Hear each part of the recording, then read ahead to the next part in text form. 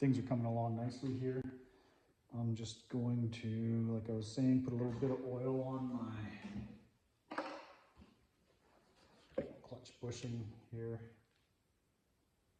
It's got a thin layer of oil, but I'm just going to put just a little bit more on there. So now we're ready to put the clutch basket in. So we're going to want to slide this on, and this gear meshes with our plastic gear in the case that drives the oil pump. It's actually an idler for the oil pump there.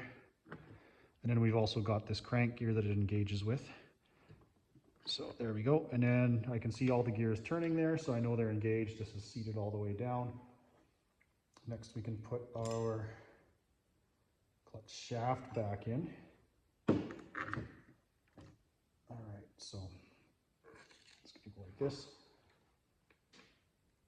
And then do I have it in the right spot? There we go. Okay. All right, so that's done. Let's see, so we've got all my clutch plates are still lined up, so it looks like they start with a steel plate. So I'm just gonna measure these quickly, and just because for simplicity in the manual, I'm gonna be using millimeters here. They're saying 2.62 mil thickness for the drive plates is minimum. Okay, so I got three mil. So we have plenty of thickness on our clutch plates. Oh, got a little spring washer there. That must go on the hub there. I'll just check my manual here and just, yeah, that goes on the hub.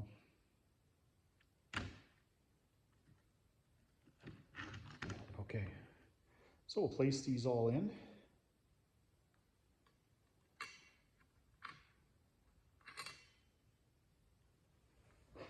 Stack them inside the basket will be the first part of install. I should have just kept everything together when I took it apart, but unfortunately they all came apart in pieces, which isn't a bad thing, then you can inspect it. All right, here's where I'm at with the DRZ. I have got my case all cleaned up, all the gasket glue, what's left of gaskets off both sides. This is the time you want to do it. I've taken my dowels out in here and all the bearings. These keeper bolts that right here with the little tabs that hold the bearings in have Loctite on them. You got to get them hot. You're going to have to get those out with a hammer impact like this, because otherwise it's going to be tough.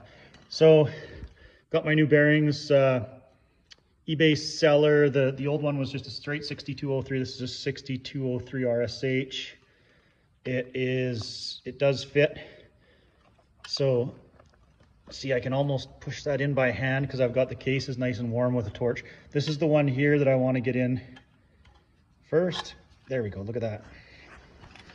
I'm just going to tap that in on the outside race.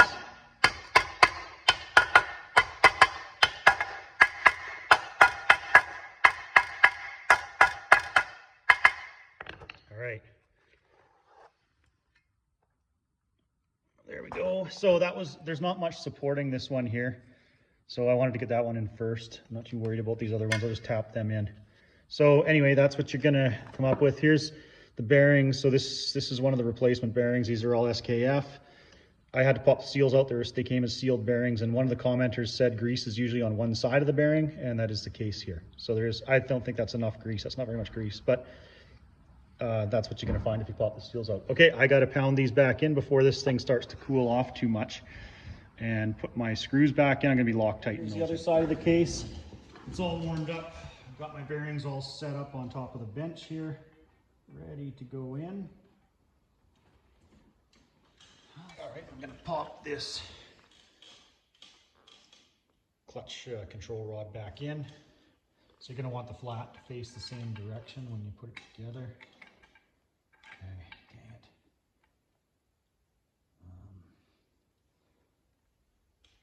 All right, so I'm gonna have to get a socket to put over this. Tap that bearing and that seal down in there. I'll just leave that there. This socket should be about the right size, yep.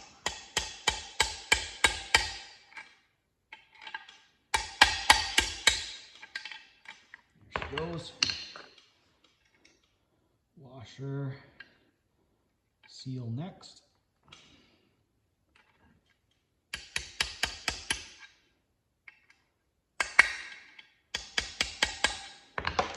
I got a bit of displaced metal right there. I'm gonna file that down real quick.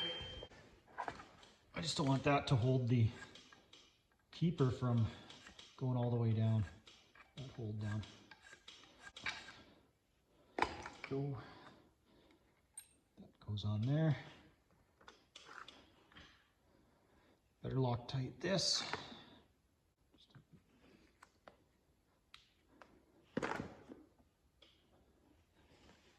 Just a little bit.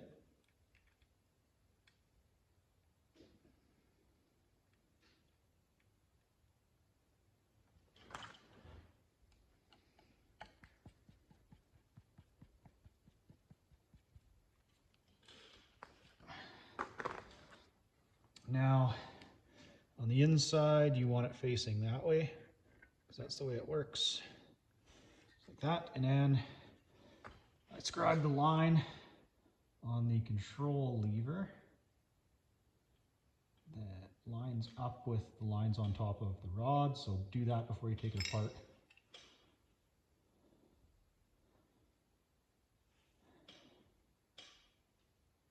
And they line up just like that. Oh, just a second.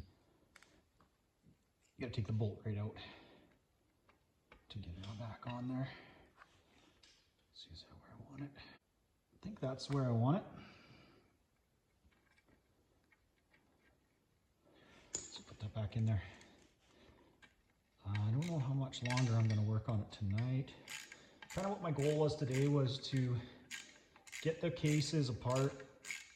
Well, they were already apart, but get the bearings replaced in both cases. And then try to get the cases back to the assembled to where I was before I started this morning. Would have been kind of nice to get further than that, but I think I'm going to have to carry on tomorrow. Okay, so I've got all my bearings, my seals put back in, my shift rod linkage. There's a collar there for your output shaft. I've just greased that seal up in there.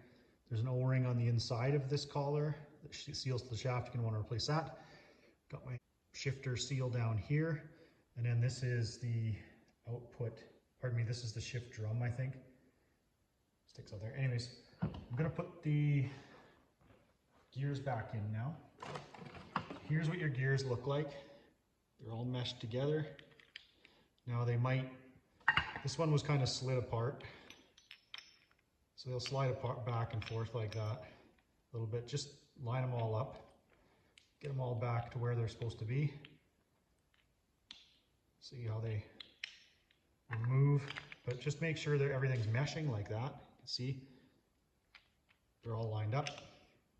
So got your output shaft, the dirty one here, that's going to go back into, oh, right, well, so much for that idea. I should almost grease this on. I think we're good. Gotta kind of put them both in at the same time to keep them meshed in mesh. As you can see, I'm having a hard time doing that. Should slide right into that bearing. Like that. Oh, yeah, there you go. See, that one won't fit past. So I'll just pull it back out. What I mean, those ones will get off the spline and be a little bit of a pain to get back lined up again.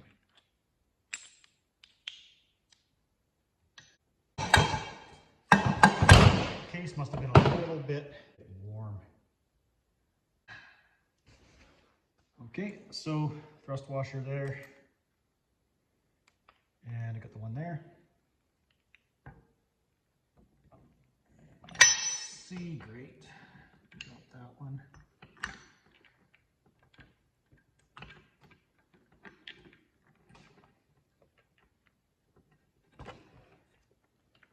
not really.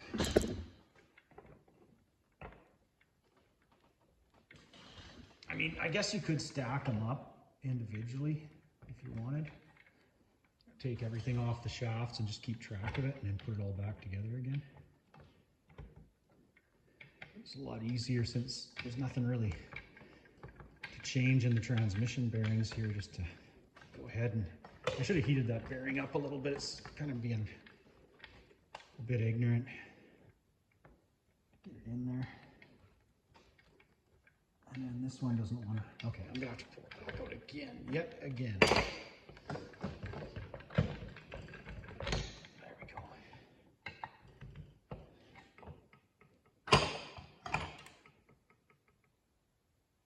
I think this was on the other side. If that makes sense.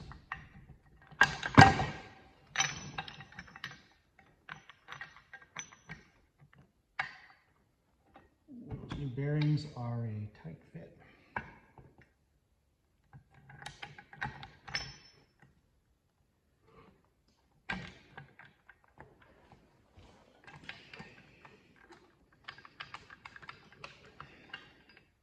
All right, before I put the case back together, start on that, I wanted to talk a little bit about the transmission. So Wide Open Moto did a really good video on how to rebuild these engines, how to replace the crankshaft, and he explained it very nicely there. But I wanted to go a little bit further in depth here. Sorry, I spilt some, my oil bottle won't stay upright. There we go. I just wanted to go a little more in depth here about this, because I think there's some things you should know about this transmission before you know, depending on what's happening when you put it together. So if you take these shafts out and the gears all fall off them, and you don't, or maybe the shift forks too, you've taken those all out and they're all loose like this, and it's been a while and you don't know how to put it back together, or you're a little worried about putting it back together, that's kind of what I wanted to talk about. I had them installed in that side of the case, and you can put them in either side of the case like he says in his video. That's right. Now I'm going to be freezing the crank like he did and popping it in this side. So I'm going to I took it from that side and put it into this side. So some of these gears come off the shaft, and some of them are held on by snap rings. If the ones come off the shaft, there's a couple things that I just wanted to discuss. And one is this washer might fall off when you split the case. And this gear here can come off, and it's got a spacer with the collar, the wider part of the collar of the shoulder down. The gear goes on, and you're gonna have to put it on so that the dogs can engage with the ones here. And then this washer goes back on top, and you can see the witness marks where it's been contacting those two different surfaces. And this is from the bearing surface that it goes against. So you just want to make sure those are in the right spot. Now the other one I wanted to talk about is this gear down at the bottom here. So that's the first gear you're going to put in, and that'll slide off every time. In your manual, that is this gear right here. There's also a collar and a washer that can come off on that gear. Okay, that when you go to put that one into the case here, it's going to want to slide off the shaft, and that collar will slide off, or the spacer, and that washer you'll probably want to try and put in there. That one can be a pain in the butt. The problem with that one is it looks similar on both sides. Like this one only had dogs on one side. This one, like in here, in this, I don't want to pull it out to show you, so I'm going to show you in the manual. Like in the manual here, it's got windows in it. So it looks kind of the same either on both sides, but if you look closely, it's offset one direction. So you want to make sure the offset's pointing this way. If you put this, you can put it in upside down. If you put this gear in upside down, and then you start spinning these shafts, it's going to lock up like it is right now. The reason why it's locking up right now is because the shift forks aren't in holding the gears where they should be. But it'll do that exact same thing. It'll spin a little bit and it'll lock up.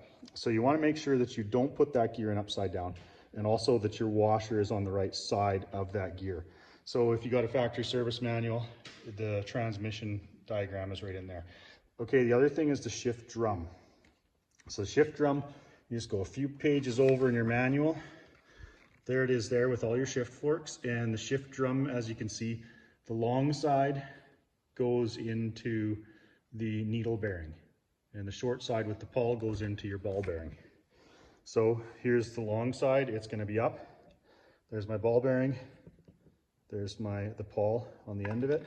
So you just put that into your bearing. These bearings are a little tight being brand new. Now the other thing I want to talk about is shift forks.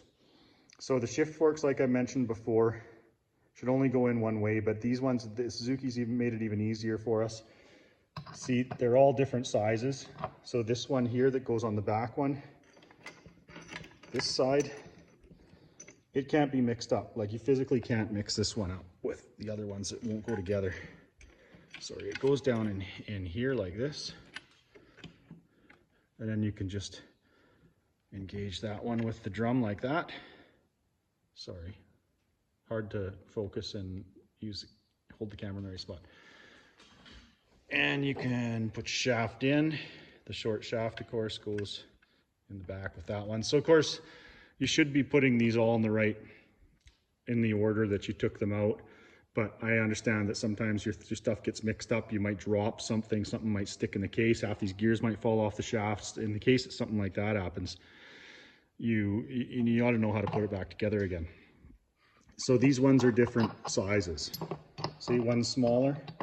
So they physically cannot go in the wrong spot. So which one's this? This is the narrow one. I think the narrow one goes in the top. Okay, so let's see. Yeah. So the wider of the two goes there. You can engage it in your shift drum. And then the narrow one goes on the top sliding gear here. Clutch. And it doesn't want to go in there. Let's see. There we go. And there is specifications, you can measure all this stuff with calipers.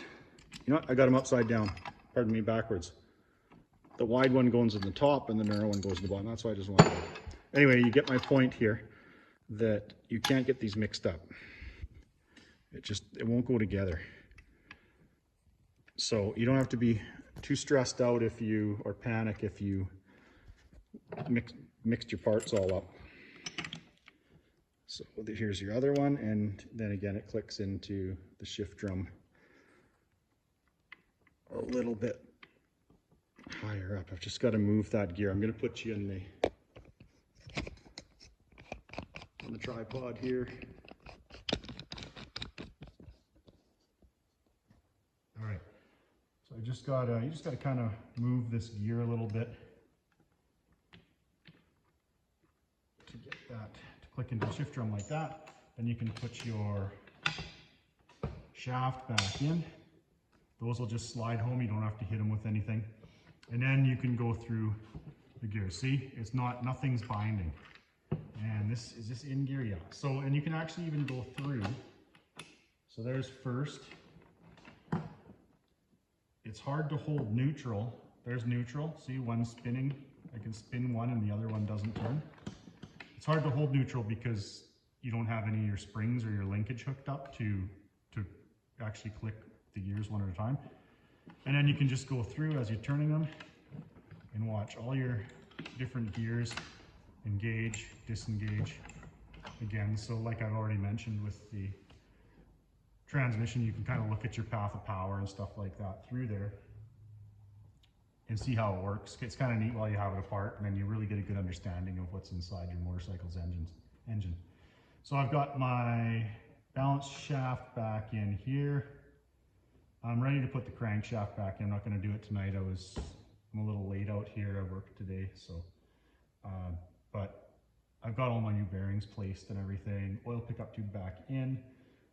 Once I slap that crankshaft in here, I believe everything is together. I just got to put some sealer on these two case halves, and I'm going back together. So that is a great feeling, and I'm really looking forward to this bike, this engine at least, being sealed back up again. All right, I'm just about ready to put the crankshaft in here tonight. I'm going to be putting some sealer on the cases. I know that some guys use silicone and have had good success with it. I don't think I have any gasket glue that I'm right at the moment right now that I want to use in it. But the other guys are using this stuff, the old Permatex aviation forma gasket. If you've got this stuff on your fingers, you know that it's pretty good. It has pretty good holding properties. And some guys swear by that stuff. I'm going to use that stuff because I've seen guys say that they had success with it. Use what you're comfortable with. I'm sure that Permatex black gasket maker would work just as good. So one of the things I just wanted to go over before I put the case back together here is I actually had this wrong. The collar goes on the top here on your output shaft, and the washer goes underneath the gear. See, there's the washer right there. Pardon me, right there. Okay. Now that that's sorted out, I don't want to give anybody false information. All right, where'd my collar go? There it is there. Yeah, now I can't get it out of there.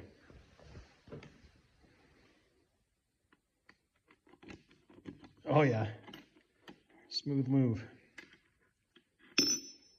Okay, here's the way it goes on, like this. And then if you're wondering about that, the washer was just a little bit thinner than this collar was. Just feel your gears there, it should be flush. All your gears should mesh up flush. So if they're not lining up, then you know you've got a problem. So Wide Open Moto talked about that when he slid the gears back in the transmission on the bike that he rebuilt. And then like I did earlier, you can go through them and shift your shift drum and put everything where it's supposed to be. Run through your gears and make sure everything works. But as I mentioned, there's only a couple of pieces here that you can put in the wrong way. I think you could put the shift drum in upside down, so be careful of that. Make sure you put that in the right way. Other than that, I am going to paint up the one side of the case. I've got them all cleaned with brake clean and everything. Got my counterbalance shaft in. So I've got everything placed that came out of the cases. Everything else goes in the outside of the clutch cover and our other side. Yeah, you get my point. The other side case, that one. So I will go ahead and paint this up. This is an anaerobic sealer, I believe. So we can paint this on and it'll stay liquid until it's sealed and there's no oxygen, and then it will start to cure. So if there's a few minutes between me going and getting the crankshaft out of the deep freeze, it's been in there for like 4 or 5 days, I don't have to worry about this stuff hardening up on me. Okay, so there is that sleeve down there as well. Make sure you got that didn't fall out when you're working on your cases and it's laying on the bench and not back in there before you put it back together. Got all my bolts sitting here, so I'm ready to go.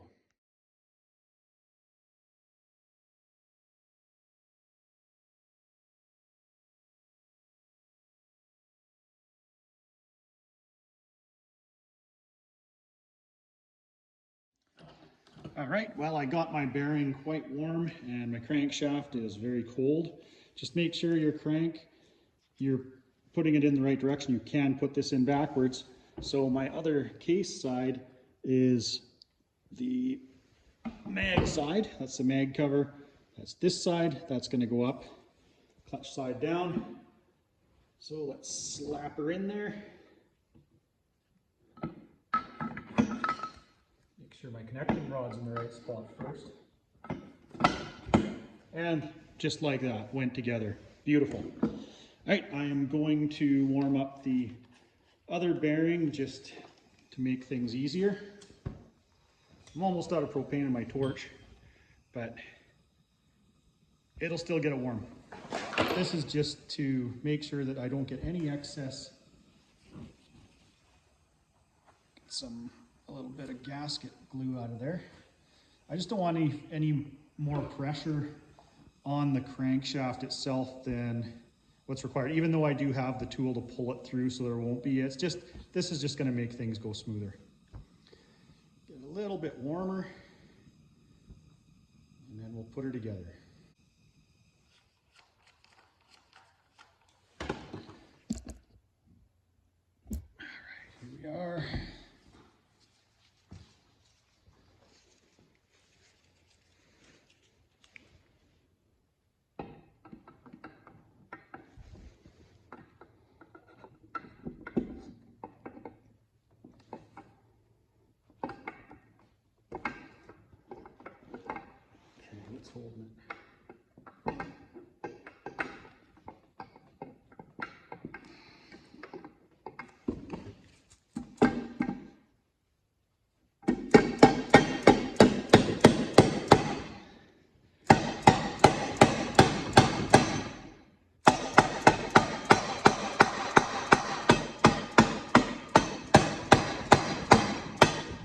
put it on the floor here. Okay, I'm pretty confident that the crankshaft isn't holding it. Honestly, I should have heated this bearing up here maybe a little bit, because the crank is gonna slide right into where it wants to go.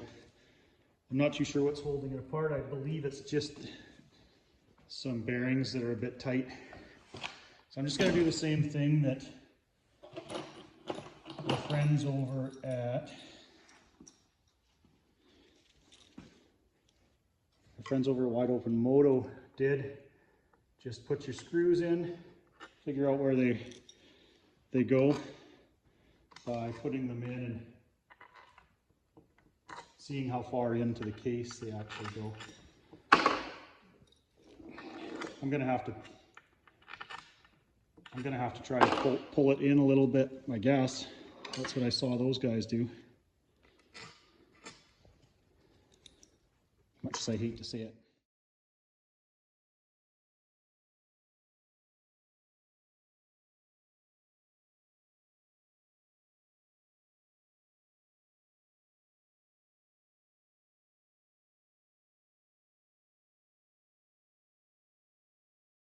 Okay, next I'm putting the oil pump back together. So there's two dots on this that look like timing marks. I don't see any reference to that being important though. From anything that I'm seeing, even the manual, I'm just gonna line them up like that. And then, oh wait, there goes the screw. Got my screws here. Didn't think that one could come out past the gear. Okay. So it's got to go onto that locating dowel. So what you're going to have is it's going to go like this. And that's what you're going to want. So I guess that would be timed there. We can kind of get everything lined up. We'll put it together like that just because it looks proper. So the guys are priming the oil pump. I'm going to dump a little bit on the gears here. Even our service manual says to do that, but I'll show you another way we can prime it. So I've cleaned all this up with brake clean and everything. So this is gonna just go into the pump there where we, pardon me, the case right there where we took it out. So I'm just gonna have it all together like that and lined up. You can see the witness marks where it's kind of worn into that metal backing plate, so that'll help you know where to put it. And I'm just going to put it together like this, and then I don't have to try to line that shaft up with the rotor while it's in the case. So that's how I'm putting it together. I think that's a little bit quicker. And then a bit of, I'm just using medium strength Loctite. I'm not overly concerned about these bolts coming loose. So if they've got Loctite on them, I know some guys are using permanent strength and high strength. Use whatever you're comfortable with. I think the important part is you get your bolts clean. Some brake clean on them, get the oil off them, and just that you use some type of a thread retainer on it. I wouldn't use low strength.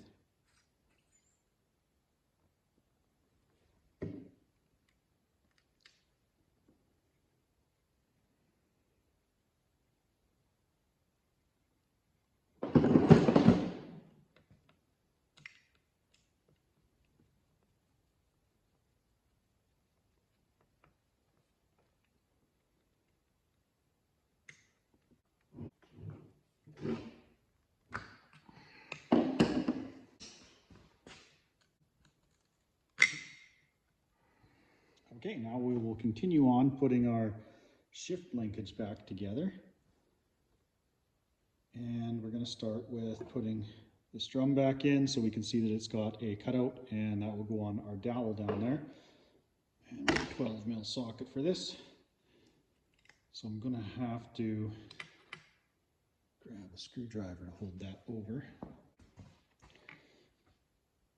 So we just make sure it's all lined up. Something in there. It's a little piece of rubber, I think, from my dead blow hammer.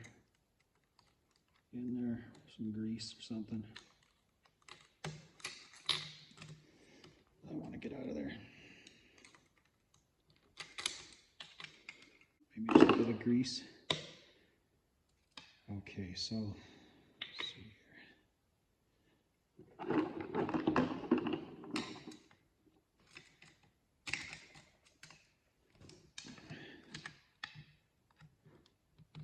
Okay, we'll get that right out of the way like that.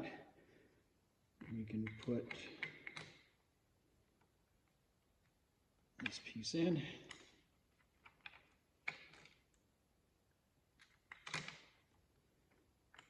So you might have noticed that the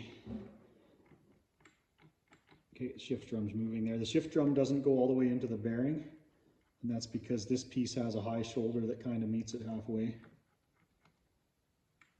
I might have to just rattle this one in because it's just going to turn the shift drum and I won't be able to really torque it in. I think that he put a bit of Loctite on this one as well. Not a bad idea.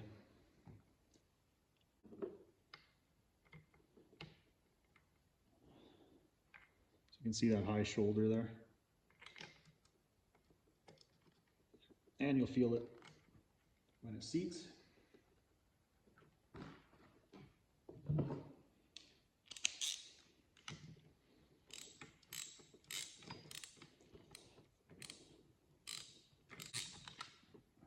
Oh, I've got the wrong size socket, that's why. Let's try a 12. There we go.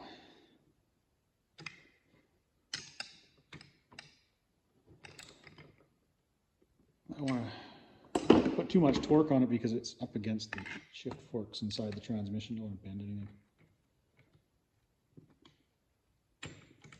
All right. There we go.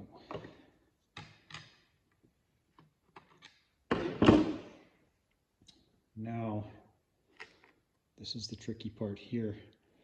You've got two little coil springs in your shift mechanism here. I'm just going to spray this off a little bit. Just get that kind of grungy engine clutch wear and everything all over the parts, and it looks like it's all dirty and gray. Okay, so you put that in, then you got your other piece. I'd like to clean that a bit. Grease. I don't think grease would help putting this together, holding these together, because this spring is pretty strong in there. See? It just popped out.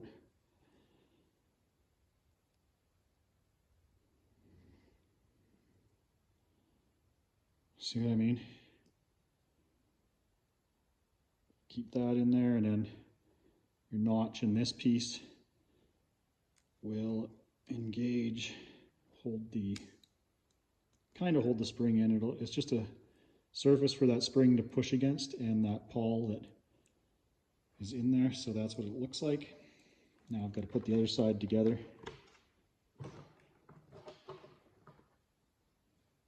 And then we have to put them into that drum there, that drum leg piece. So it's a little difficult holding all this together. Oh, uh-oh. I'm missing a spring. Okay, I am going to have to find that spring. Hope it isn't too far away. Okay, the spring was just laying on the floor, luckily, and I found it. It didn't go very far, so that's where you might want to put some Vaseline or some grease in there to hold those springs in. You don't want those falling out. And you'll notice these little pawls, one side's more rounded than the other. So you want, of course, the flat side goes in against the spring, like so. Okay.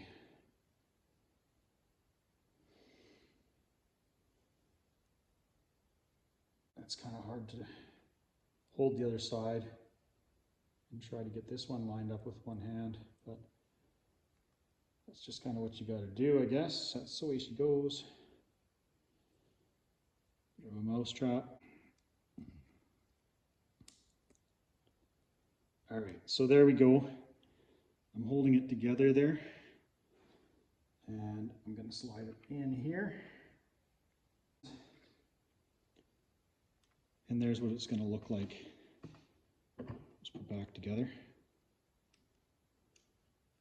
All right. Now,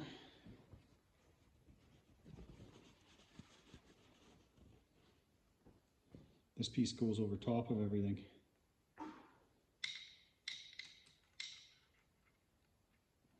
Somehow fits on there.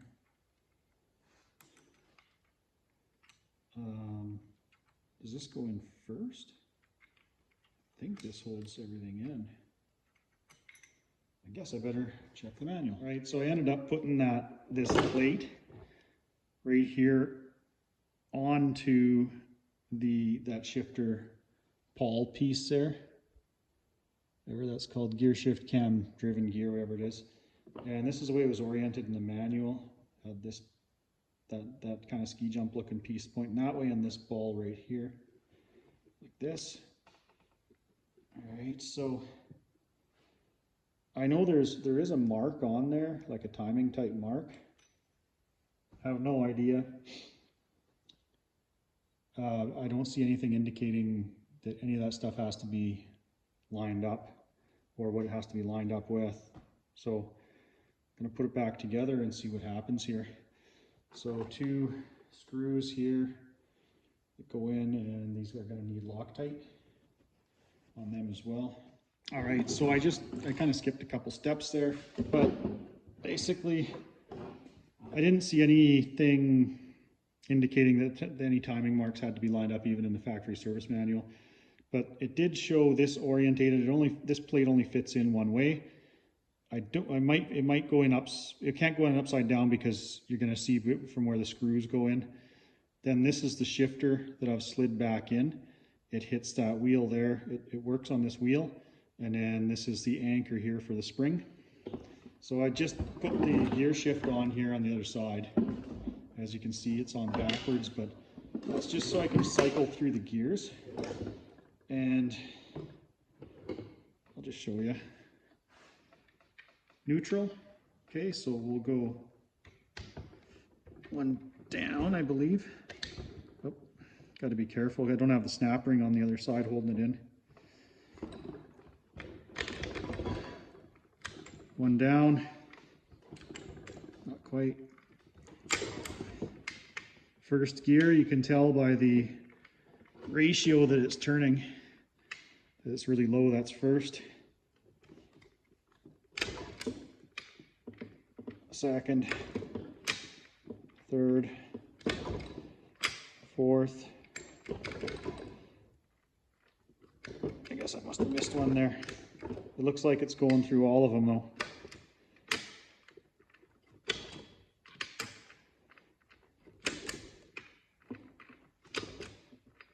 Neutral, first. So we got all our gears.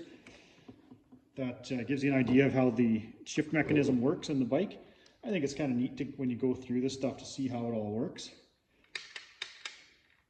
In first gear there. Oh, 1 too far. There we go. I'm going to leave it in neutral. That'll make everything a lot easier if I got to turn shafts to get it back together, get everything lined up. Remember to put that big long tube, oil tube, with that bolt in and tighten that up. Something that I did while the camera was off. And now, this side, I've got my new seal put in there. Well, I've got it apart since we're working on installing the gear shifter again. Put my washer on it. I wiped it off, it's a bit rusty. Not too bad. Put that on there. I don't think it's...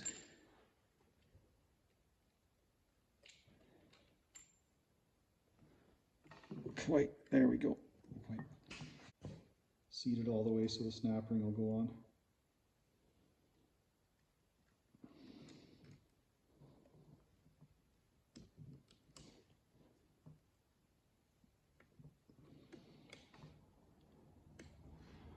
And yep, that's seated. Good. Now that's one more thing done.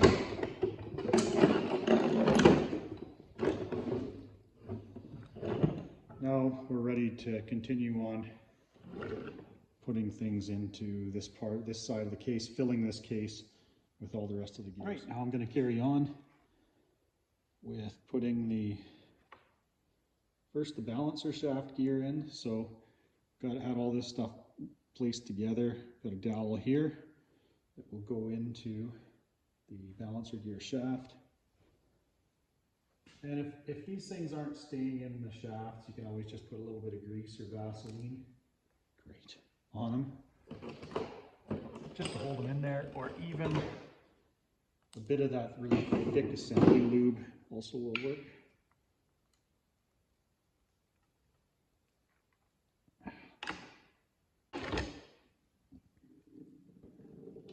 Balancer shaft wants the force of gravity swinging it in one direction like that, so it's hard to keep it in the right spot. So your balancer shaft sprocket is the one with springs on it like this, of course. These are only going to fit in one area. This timing dot here, of course, is going to be up. You can't really put it in upside down because I think it would contact the case. All right, I just got to get it lined up with that dowel.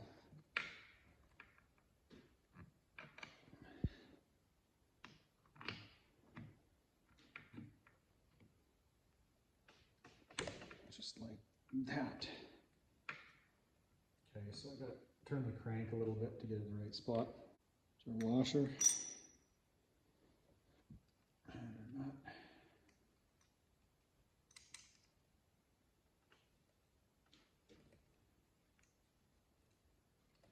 Okay, now there's another dowel that goes in the crankshaft. I'm going to have to find here. 100% sure where that is. And it was in the flywheel where I put it because it's magnetized. Start by putting that in there. And our crank gear. Just going to clean some of this stuff up. First crank gear is going to run the balance shaft. That's this one. So we got to get that in there, timed in the right spot here. Which the dowel will have to be dowels at about 12 o'clock position. Hold it out, turn your balance shaft. I don't know if you can see that. Spin your balance shaft gear when you've got one disengaged and line them both up. So I've got dowels in both. Now I can carry on. There's a keyway now that holds the other gears in place. You see, next we have a timing gear, and it's got a notch there that I believe the keyway will slide into, like that. So before I put the next gear on this top gear, here, see the keyway sticks out a little bit, enough that it should engage both of those. Before I do that, I want to put our timing chain back in. Well, it's easy. Okay, condition.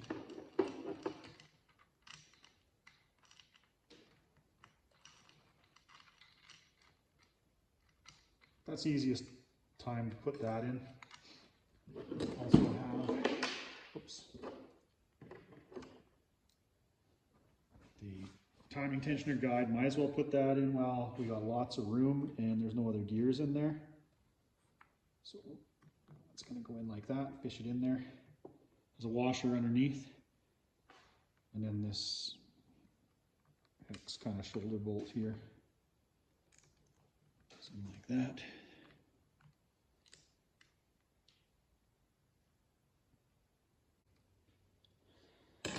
All right, now that that is looked after, see the timing chain's that's gonna help, that guide's gonna help hold it in there. Now we've got our keyway. Make sure that everything's lined up there. Put the keyway in first, like that.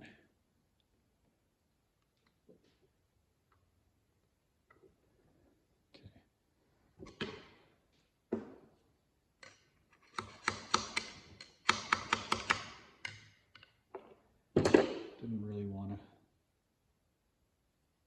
stay.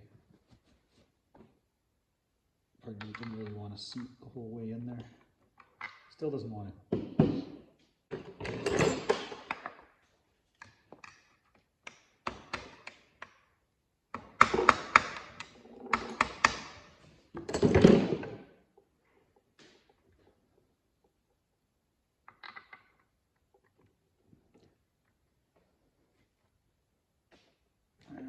I definitely don't like, that might be an upside down. It shouldn't be that tight. Something's wrong there. I'll actually, it just needed to be seated all the way. All right, so this gear's got a witness mark for the inside, but it doesn't look like the shoulder's higher on either side, so it'll fit right in.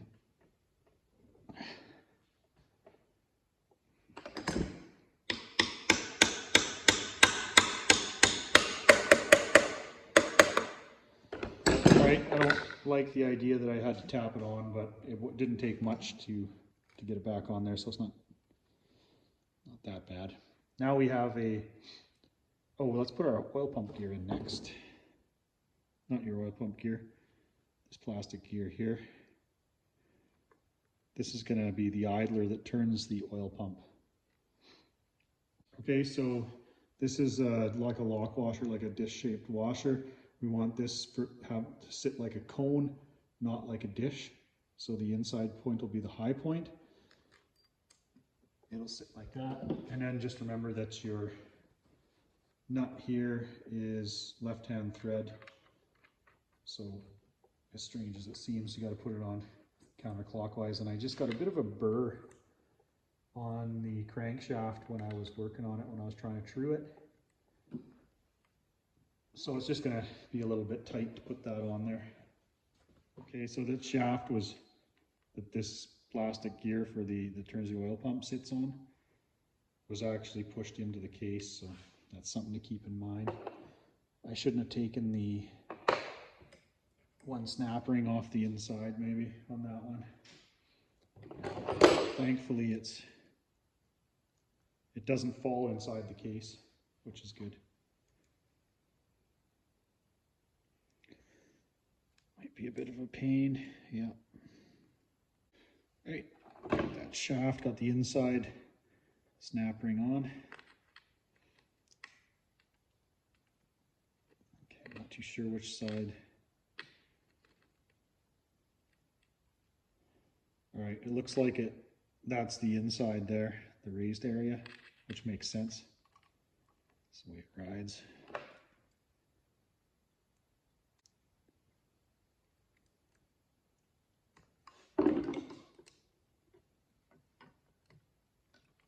Okay, that's your oil pump gear. Left-hand thread on, and then with the oil pump priming, I might just dump a little bit of oil down here. That's why I wasn't overly concerned about priming it too much. All right, so we've got our timing chain tensioner. I'll just torque that up. Okay, things are coming along nicely here. I'm just going to, like I was saying, put a little bit of oil on my clutch bushing here. It's got a thin layer of oil, but I'm just going to put just a little bit more on there. So now we're ready to put the clutch basket in. So we're going to want to slide this on, and this gear meshes with our plastic gear in the case that drives the oil pump. It's actually an idler for the oil pump there. And then we've also got this crank gear that it engages with. So there we go. And then I can see all the gears turning there, so I know they're engaged. This is seated all the way down. Next we can put our clutch shaft back in. All right, so it's gonna go like this. And then do I have it in the right spot? There we go. Okay. All right, so that's done. Let's see, so we've got all my clutch plates are still lined up, so it looks like they start with a steel plate. So I'm just gonna measure these quickly, and just because for simplicity in the manual, I'm gonna be using millimeters here. They're saying 2.62 mil thickness for the drive plates is minimum. Okay, so I got three mil. So we have plenty of thickness on our clutch plates. Oh, got a little spring washer there. That must go on the hub there. I'll just check my manual here and just, yeah, that goes on the hub.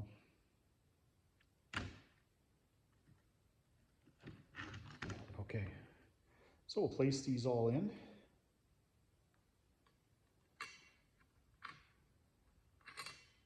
All right, so these are all stacked up in order from when I took them apart, but this one's a little bit narrower, this first fiber drive clutch, and it's got different friction material on it, like the way it looks is different. And it's a little bit smaller, see? So this is, it says in the manual to install this one first, it is 122.5 millimeters. I've measured that inside diameter. This is the one that you start with. So just make sure that you don't put the wrong one in. So I gotta set my clutch hub in there. So you wanna just check when you have this out, there's a couple things to keep in mind. You just wanna check for chatter marks in here. So you can see a little bit of wear, but it's not grooved. It's just, you can see where the steel plates have been sitting in there. That's normal. If you start to get a lot of heavy chatter marks in here, it's gonna be, the clutch is gonna hang up, just like if the basket has chatter marks like the ones that I was able to file out. So we'll just put our, oh yeah, that's the other thing is we've got these Belleville washers here on the clutch hub. So just keep track of those. If they come off, the way they have to go back on is with that one facing up. So like a dish, we can focus there. I'll show you in the manual. Stick this in. Okay, so there's the two washers there pictured, and then that's the orientation that they've got to be in right here. So the top one has to come up like a dish, not like a cone, if that makes sense. So get those in there, and then we have, might as well put our washer in here, our keeper, and then I've got my clutch nut here, which is 27 millimeter. Now, I know that some guys are just putting this on with an impact, but I'm really not crazy about that. I know I put that one on just with the impact. It's not a good idea, especially on the clutch one. I really don't like to do that because it's got a keeper anyways, so we don't have to worry about it coming loose with that keeper. So I'll see if I can hold it. Sometimes you got to jam the gears somehow. This is at 50.5 foot-pounds is what they're saying. Yeah, I'm not going to be able to get 50 foot-pounds on there without. Usually what I just do is, it's probably not the best method, but I usually just put something in the gears in here, like a screwdriver or something that'll jam the gears and not allow them to move. It's not the best. I'm not going to be able to do it. I need that holder that holds all of these, and I don't have one. Okay, change of plans. All right, well, I'm just going to tighten that back up. If you try to put screwdrivers through here and hold it, or through these threaded holes here, the holder holds all of these, and then you can put your 50 foot-pounds of torque on it. If you try to use it, like put a screwdriver or a pry bar at an angle here, you will break these, so don't bother doing that. Just use an impact. I mean, it's not the best practice, but you got to do what you got to do.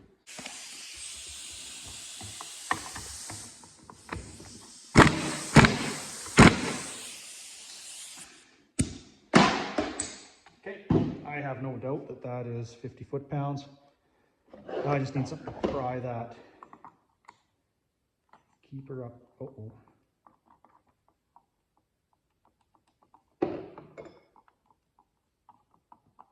Okay, I've got a washer or something missing there that I'm gonna have to, oh yeah, so this washer here goes underneath there, right here. Pull that off and put that on now. All right. This, yeah, okay, I can see where it's been, the witness marks. That's where you want it. Then, your nut and your keeper.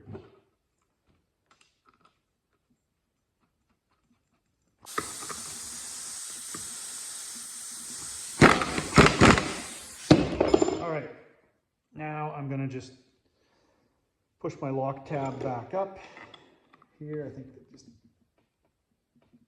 file will probably get it started, and then I don't want to pry too much on these aluminum pieces. I just got to grab a hammer and punch here.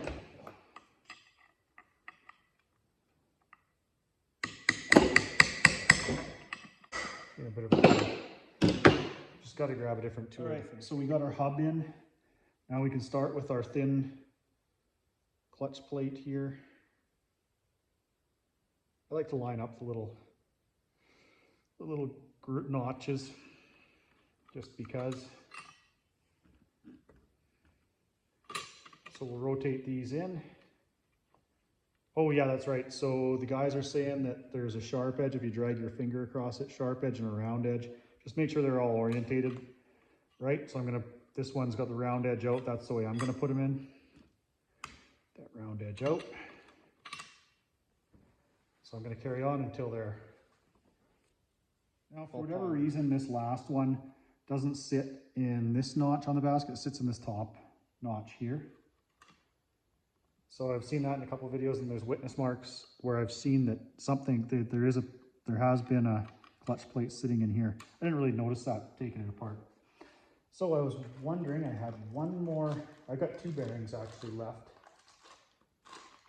in my full engine bearing kit, and I believe that this last bearing is my throw-out bearing. So it should fit right on there. Yep. And that's going to go in here. So I'm just going to knock this bearing out, probably heat this up with the torch again, and drop my new one in. This new bearing has seals in it. So as usual, I'm just going to take those out, because this is an oil circulated bearing. Oh, it's actually got some grease in it, surprisingly. All right, so I am just gonna, you guys are all familiar with that process. Socket here, I'll just use a socket like this to knock it out.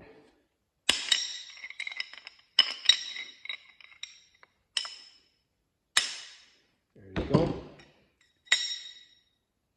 There's the bearing. Probably nothing wrong with that one. And now I'm just going to go get the torch, warm it up, and I'll put the new one in.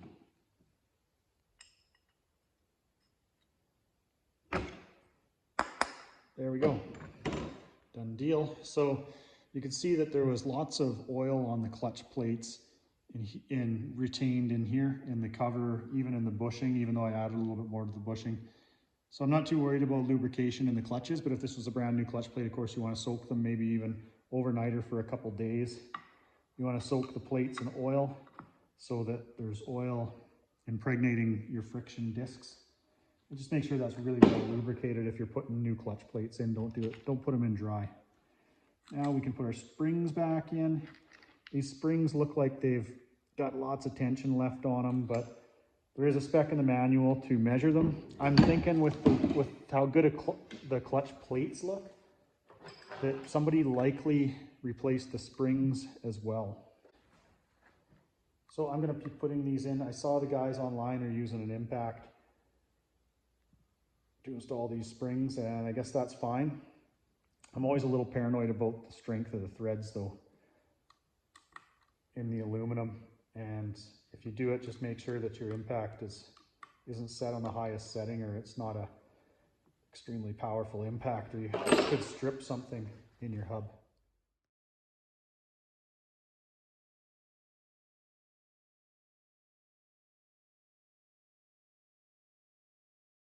All right, so there we have it. The clutch is installed and we're ready to go. You might have noticed that when I got a couple of the springs in, I just tried my linkage to make sure it works. When you get all of them in, you're not going to be able to work it by hand. There's quite a bit of tension on there. And I just made sure my timing belt or my timing chain is on the, I should put something in there to hold it. It's fully seated on the sprocket there. I found that it kind of had it didn't really line up right. And with the tensioner in the way, it was kind of tough to get it lined up. So now's the time to do that. You don't want to be trying that from the top side. Get this put back together. Okay, so I've got my cover all cleaned up, my new seal installed. I didn't get this thick O-ring here for the oil pump. Goes in there. I didn't get a new one of those, but this one is really in good shape yet. It's not hard or crusty or anything, so I think it's going to be fine. I don't see one in my new gasket kit. All right, I should have taken the gasket out of here. I started the camera up again. Just about everything that I needed.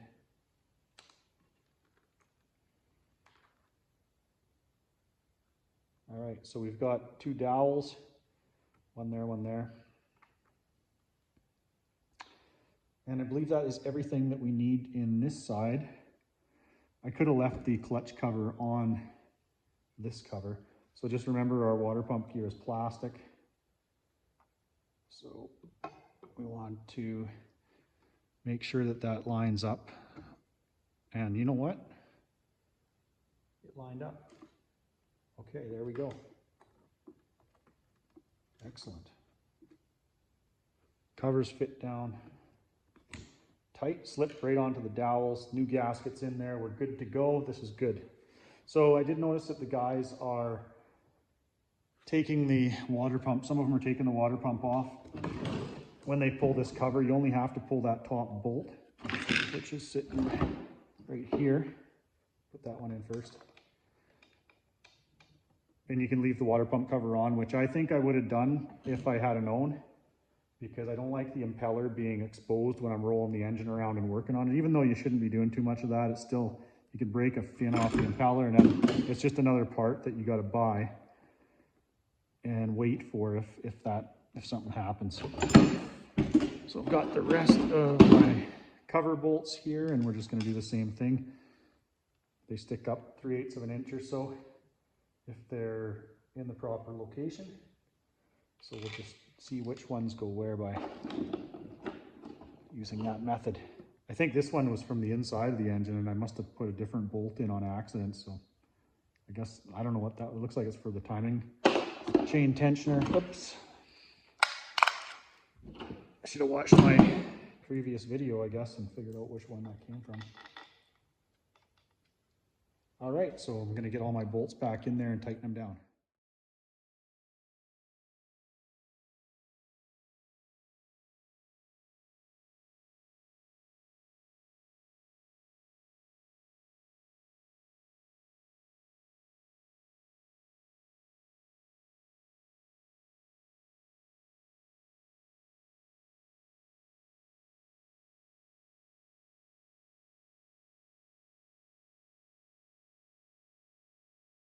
All right, the bolt that I thought was from the inside of the case is actually just one that was laying here. It's for the head, the timing chain guide. So everything's in there. I had to kind of grease that O-ring in a little bit because I got some brake clean on it, and I think the brake clean kind of softened it or expanded the O-ring, so that's something to keep in mind. And I'm missing one short bolt here, so it's laying on the floor or something here, I'm sure. Now we can go over to the other side of the engine. We're ready to go. And so the next thing I want to talk about is, well, stator eventually, but I'll start with our neutral safety switch. Found that the neutral safety switch has a spring and a little pawl like that, which goes in here, and the end of the shift drum like that. But I didn't notice another one come out of there. So there's supposed to be one in the middle that touches the middle of your neutral safety switch. And these guys that ripped me off, I mean that sold it to me, said that the neutral safety switch wasn't working on this bike. So that is the reason why. So I'll have to see if I can order, I'll have to order one up and get it coming. So something else that the guys that I bought this off of told me was that it was having, the bike wasn't idling, and they thought that they needed to have the carb rebuilt because it didn't want to idle. So when I got online and I was reading on the forums on Thumper Talk and that, the guys said that when the stator goes, these bikes won't idle. So what I found is that this stator, like when I took it apart, I showed you guys it's all gray and it's baked. So she's done. So that's why I wouldn't idle. It's nothing to do with the carburetor. So I went ahead and got a brand new replacement stator here from RM Stator, and this is a high output stator. I haven't even unwrapped it yet here. Okay, there it is. What a thing of beauty. So that's what the stator should look like. Not all gray and burnt like that. So I'm going to have to put this in, of course, before we put our side cover back on. And I think these, yeah, okay. So these wires, I think, go up like that from the neutral safety switch. Neutral safety switch I'll probably have to bypass until I get the rest of the parts for it. So changing out the stator here is pretty straightforward. You've got to hold down there for your wires. 3 bolts that go through the middle here. Tell you what size these are. 4mm socket screws. You got another hold down back here. This is going to be your pickup coil.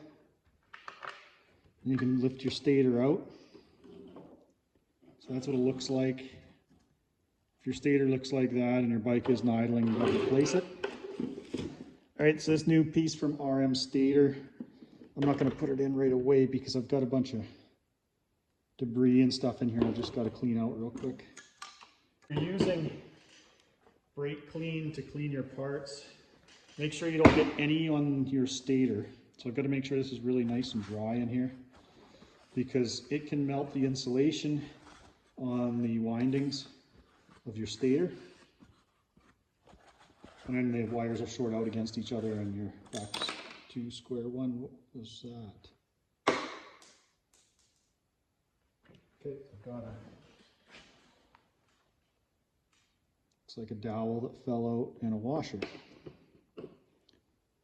And it looks like those went down there.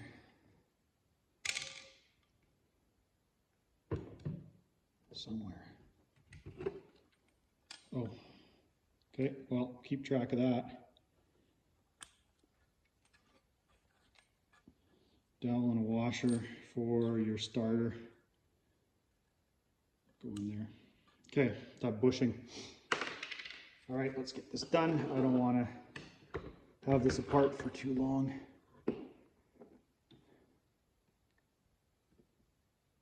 So it looks like the holes, the bolt holes only line up one way, which makes this easy.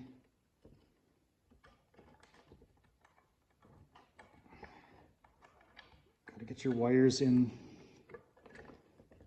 tucked in so that they're not, the flywheel isn't going to hit them. It's going to be your trick there. This one. Let's see, how do these, oh, okay. Just going to look at how the old ones are oriented here. Oh, it looks like I missed, okay, I got to pull it back over anyways. Missed my wire hold down here. Okay, so the wires go underneath like this. You pick up. Yeah, there's a little notch for them.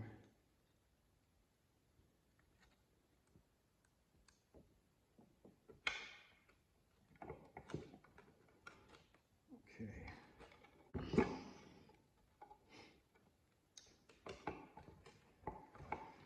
Holds them in place.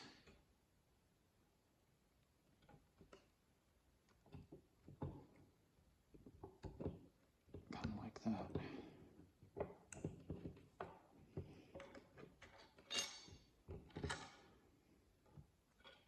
All right. got to get these figured out. All right, now that I got the new high output stator installed, I've got 2 bearings left in my bearing kit, and this is the inside roller bearing. It goes on the gear behind our flywheel there. It's a starter gear. This socket works good there. I'm gonna get it hot though. I'm gonna warm it up. I'm working too good. I think I'm getting low on propane here. As you can see, it's pretty pathetic.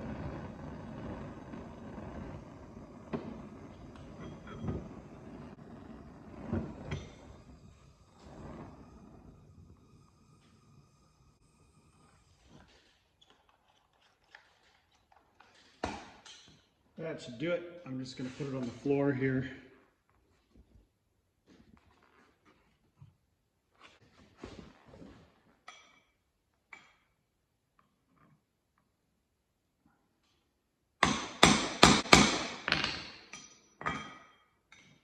Huh. A little tight. Well, it's going. Just don't want to break the gear. Ouch, that's hot.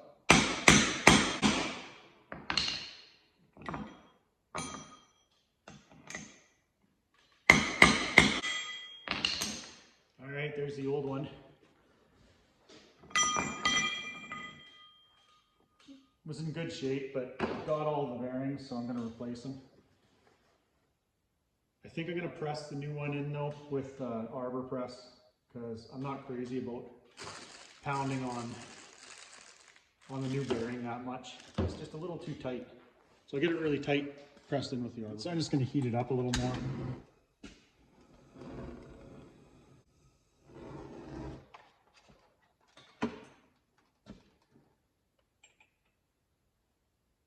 Let's give this a try. On top of it like that, I think that'll be fine. Oh yeah, nothing to it. Definitely like a push, a lot better than beating on it. Gotta go just a little bit more to be flush. There we go. Push it home. All right, and done deal. All right, so just put this gear on. Put some oil on the bearing before I did that. And inside your flywheel on the inside, of course, these magnets are going to collect wear off the gears and the clutch, any kind of metal wear. So just go through and wipe all that up. Wipe it all off before you install it. Oops. Put our keyway back in here. I have to just give that a little bit of a tap there. So your starter gear has a washer on it here. Let's see, it's got a washer and a snap ring. All right. Put that on the wrong side, now I can't get it off. Which side does that go on though? Okay, it goes this way because it only fits in there one way, like that. Okay, so now we can put our flywheel back on, and want to make sure that this is torqued properly. The keyway's not in there properly either, it's got to go in there. A little further and deeper, there we go. Wrong way.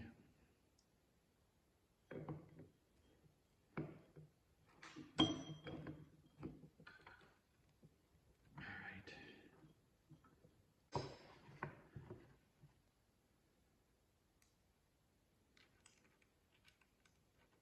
Washer and nut.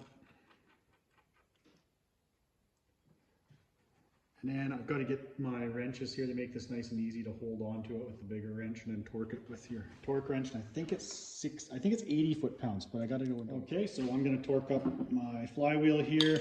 I did read that you got to put Loctite on your stator bolts, and then you want to put them on your one-way clutch bolts for in your starter there. These bolts here, these socket screws. I pulled a couple of those out, and somebody's already Loctited those, and then I put Loctite on these ones too. I didn't think that you needed me to film that. It's pretty straightforward. Now this is 36 foot-pounds. Okay, we're tight. And 1/16 fits on there. I think that's 27 millimeter.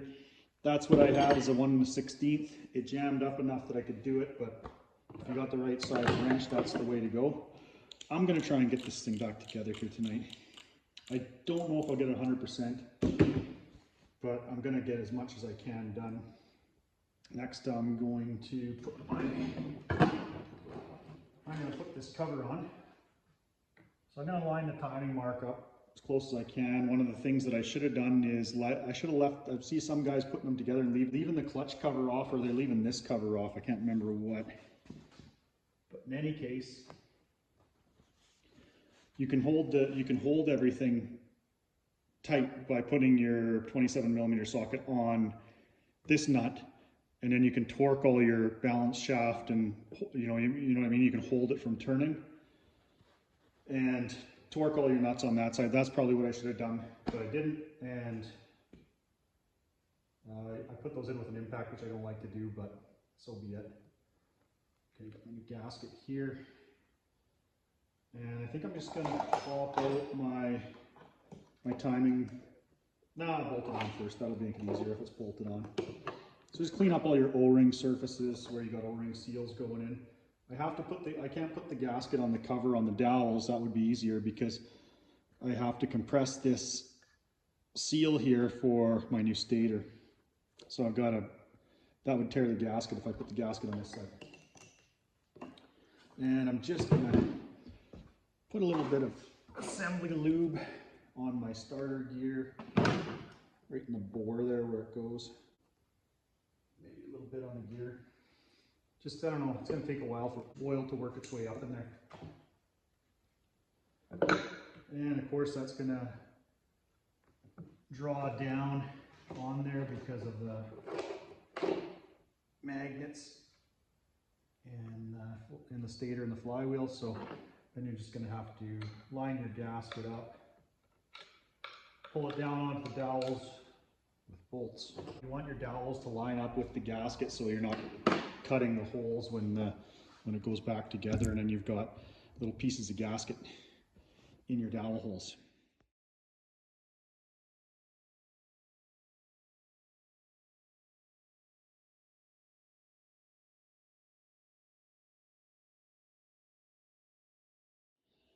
Okay, so when you're putting your starter gear back in here, this clutch gear, just remember you got a washer that goes on there first, and then your spacer that goes down inside there. Give that a little bit of assembly lube since, oh, that's some sticky stuff. Since it's all dry from the rebuild.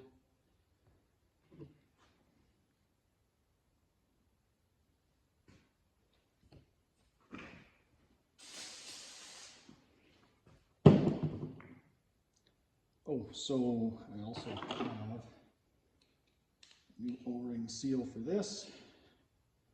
Put the old one off. I think that's the new one. Okay, it's a little dirty, so just make sure all your sealing surfaces, whoops, yeah, throw it on the floor. That's good. Okay, so if you end up taking the gear right out, remember there's a washer on this side too, like that. Clean all your sealing surfaces up, put a new O-ring on now. And I like to just put a little bit of lube on my O-ring so it doesn't, there's no chance it's going to tear. So some oil, or in this case assembly lube, is the first thing that I had handy. That's what I used.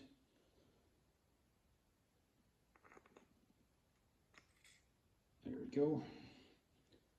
And it's just going to squish that assembly lube that I got down there a little bit out of the hole it's in, so I don't want to force it because it could crack the case if I push it down too quickly. I'll just let it. Come on now. Actually, it might be easier to do it this way, because I've got a gear that needs to be lined up inside there. So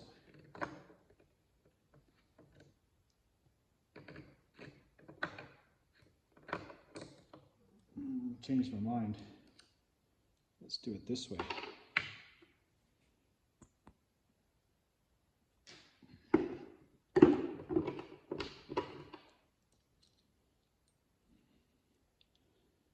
we go.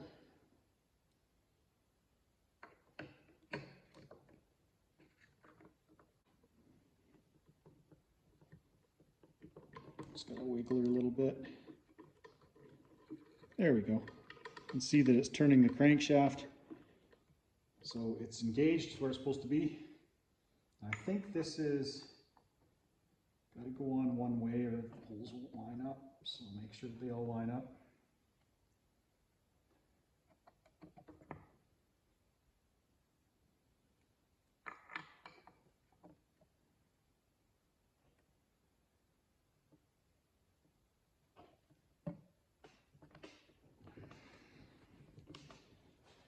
All right, O-ring just needs to seat. It's a little tight, fresh O-ring. Not flat like the old one was. To pull it in, you just got to be really, really careful.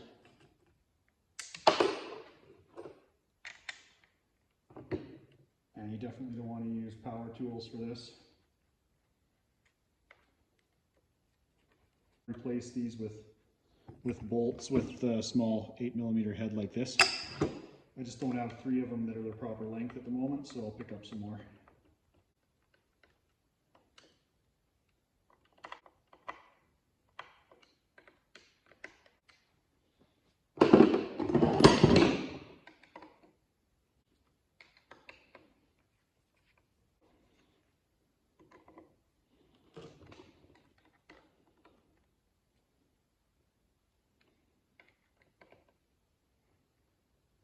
There we go.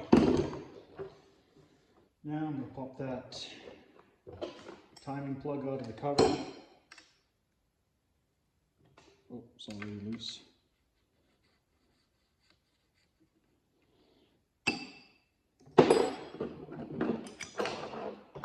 Well, now I'll just go ahead and pop my sprocket back on as well.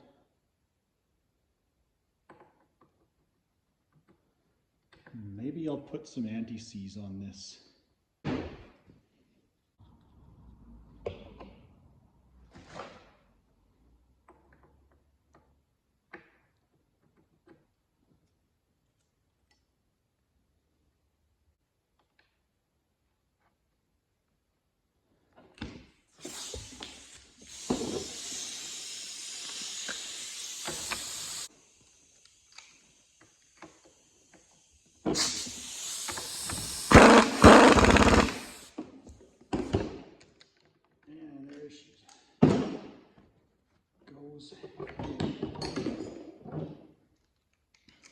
See if I can get a hold of that lock collar with this.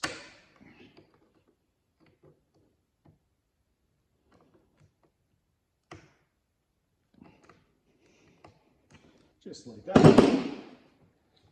One last thing to put together. Alright, since I've got all this other stuff done, so I'm just going to check, make sure my timing chain is on the sprocket because it seemed to be tough. Should tie that on there. Alright, I might as well put the starter back on as well.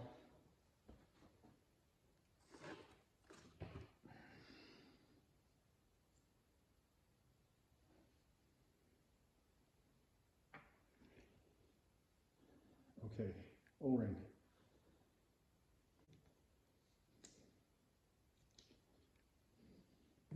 Just on your O-ring surfaces like this, just make sure they're nice and clean, and if there's some corrosion or a bit of crusty dirt that doesn't want to come off, just take a Scotch-Brite and even a gray or a green Scotch-Brite because they're a little bit finer grit than this, and just clean it off.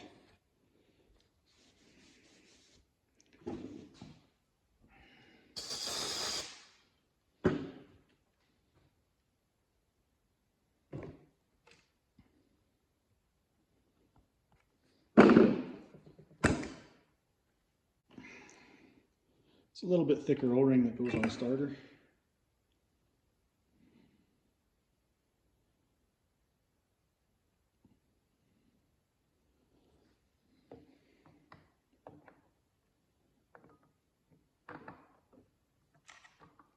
There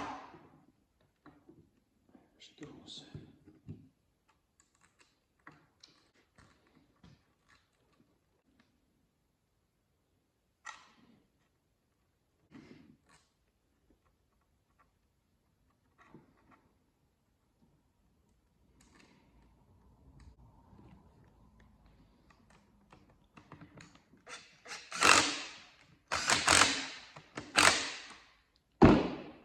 Okay, now the bottom end is, for all intents and purposes, the major part of the job is done. I'm going to move on to installing the piston now. So that pretty much does it for bottom end assembly. I'll do another video dealing with the top end because this one's probably getting fairly long, and I think that you guys got everything that you need to know about the bottom end.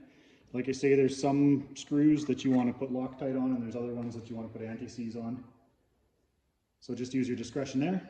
And I'll tell you what, this is coming together really nicely, and I'm looking forward to getting this bike going, even though it's fall. Can't wait to hear this thing run. So hit like and subscribe, and I'll see you on the top end assembly video.